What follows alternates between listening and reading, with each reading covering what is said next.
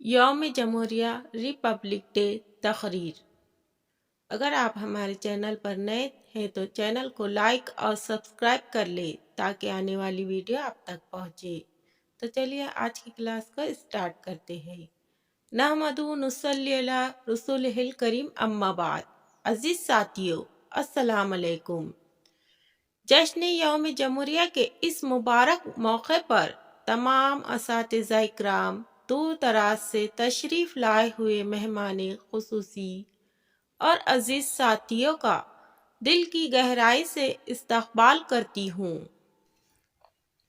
دستور کا آغاز ہے یوم جمہوریہ، قانون کی آواز ہے یوم جمہوریہ۔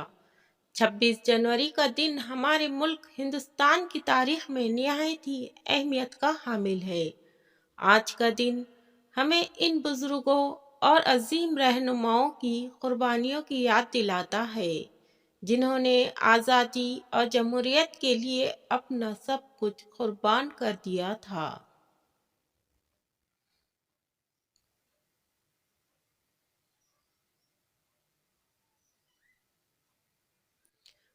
15 اگست 1947 سن عیسوی کو انگریزوں کی غلامی سے آزاد ہوا تھا، لیکن قانونی اعتبار سے ہمارا ملک انگریزوں کے ماتحت تھے۔ اس وقت انگریزی دستور عمل ہمارے ملک میں نافذ تھا۔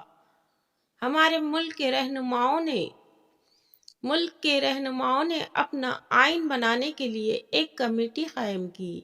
ڈاکٹر بابا صاحب امبیڈکر اس کمیٹی کے سربراہ تھے۔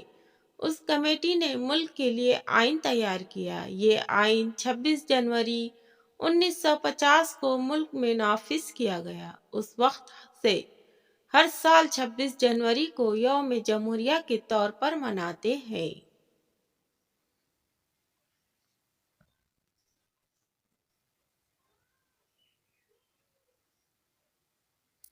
26 جنوری سے ہمارے ملک میں عوام کی حکومت، عوام کے لیے کام کرنے کی شروعات ہوئی، اور حکومت کا کوئی مذہب نہیں ہوگا اور تمام لوگوں کو برابری کے حقوق مل سکے، ایسے آئین کو وجود دیا گیا، بلکہ اس کے اصول قوانین محبت کی بنیاد پر بنائے گئے تھے۔ اس آئین کو بھارت کے ہر شہری کے لیے سماجی، معاشی، سیاسی انصاف کا خیال رکھا جائے گا اور ملک کی شمولیت اور یکجہتی کو قائم دائم رکھا جائے گا۔ ملک کی راجدھانی اور ملک کے ہر صوبے میں بڑے دھوم دھام سے یوم جمہوریہ مناتے ہیں۔ دہلی میں لال قلعے پر اور ہر صوبے کے صدر مقام پر جھنڈا لہرایا جاتا ہے۔ اللہ حافظ۔